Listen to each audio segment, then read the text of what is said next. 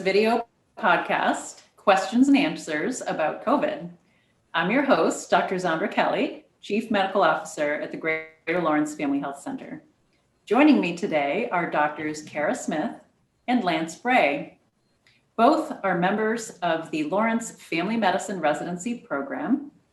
There are so many questions surrounding the coronavirus and now the upcoming vaccine to prevent the public from becoming ill from the coronavirus.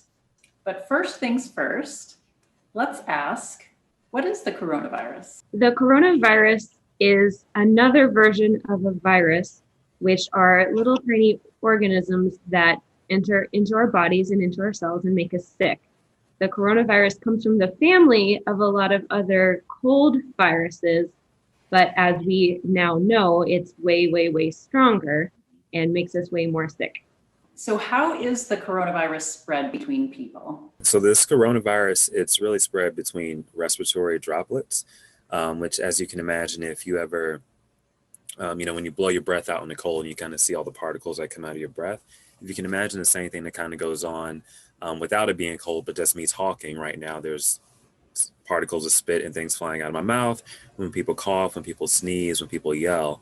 And those are kind of like those little bubbles of spit, for lack of a better term, are what the virus travels in to really get to other people and cause illnesses, which is why we've been encouraging everyone to wear their mask so it blocks in what you're saying and keeps also, other people's droplets from getting to your nose, your mouth, because that's how it enters.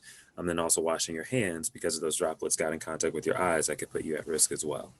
It sounds like those are some ways in which we can stop the spread of the coronavirus.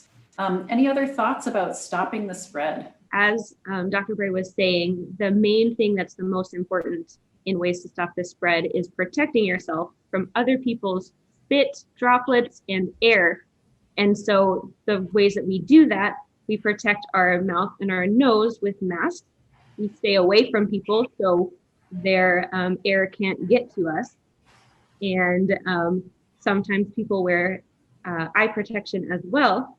But the most important is covering your mouth and your nose with a mask and staying as far away from other people as possible, as much as possible. Do wearing those masks really work? Like, what if I'm at home or I'm in my car? Yeah, well, I think the thing to think about wearing a mask is, is you're protecting yourself from something, right? So, for example, this is an exaggeration. If I live by myself, there's no need for me to wear a mask in my apartment by myself. I can't protect myself from my own breath. I am me. But, when we're out like at work or going to the store or really anytime we're mixing into people that we don't live with like that, it is helpful to wear a mask. When people do get sick with coronavirus, and other people in the house aren't sick with it, we advise that a mask be worn to try to limit that spread as much as possible. But usually if everyone's pretty healthy in the home, it just becomes a little hard to ensure everyone in the house, mom, dad, baby, and grandma are all wearing masks. So normally when you're in your house with people that you live with, you don't have to wear a mask. But if you for some reason had people come over, even if it was just like the pizza delivery guy, wear a mask. And the same thing goes for your car. Basically, if they're not someone that you live with and would willingly swap spit with, like a spouse or a child, you should probably have a mask on around them. So let's talk a little bit about the vaccine.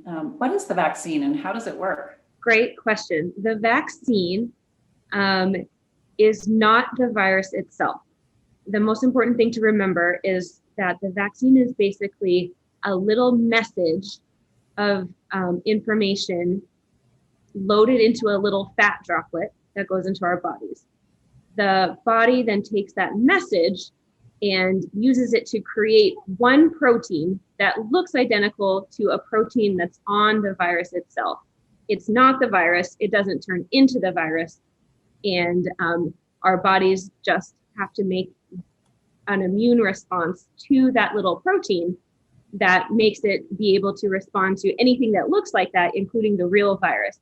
Nothing goes into your DNA.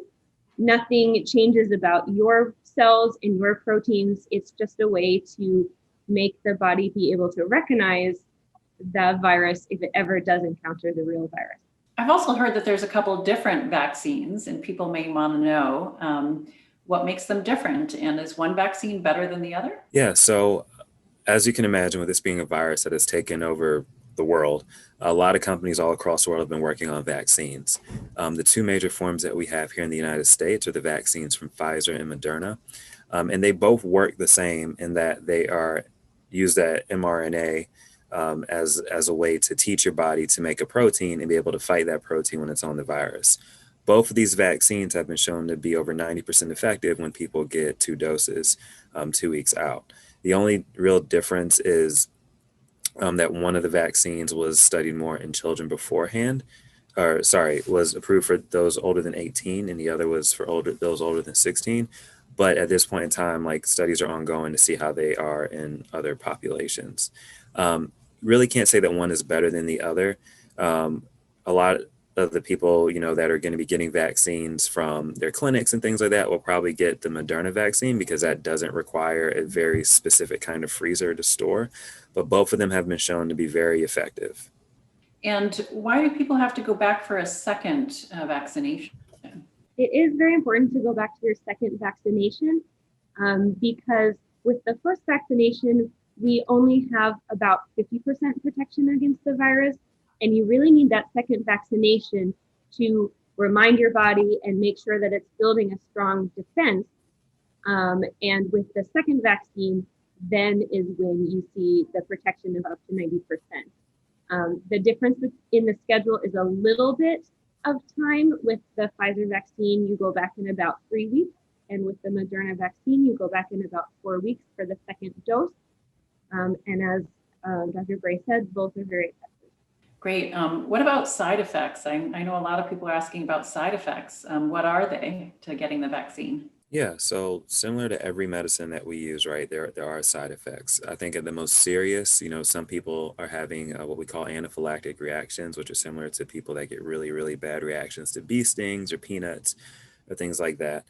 So if you're someone that has a history of those type of reactions, it's definitely a good idea to talk with your doctor about the things that are in the vaccine, as far as like the fat molecules and things before you get it. Otherwise, the more common side effects that a lot more people are going to see are things like headache, maybe some fever, some chills, feeling fatigued, which almost feels similar to like if you had a bit of a virus or a cold yourself. And that does worry a lot of people, but that's actually a good sign because when your body makes a fever, when you kind of have all those symptoms of when you're feeling crummy from a virus, that's your body saying, hey, I'm trying to fight this thing off. So when you have those reactions after the vaccine, it is not because you now have the virus, because the vaccine is not the virus. It's because your body is pretty much ramping itself up and preparing itself to be able to fight the virus whenever you do come across it after the vaccine. And is it different from getting the flu vaccine? It is very different than getting the flu vaccine. The flu comes from the influenza virus, whereas the COVID-19 comes from the coronavirus.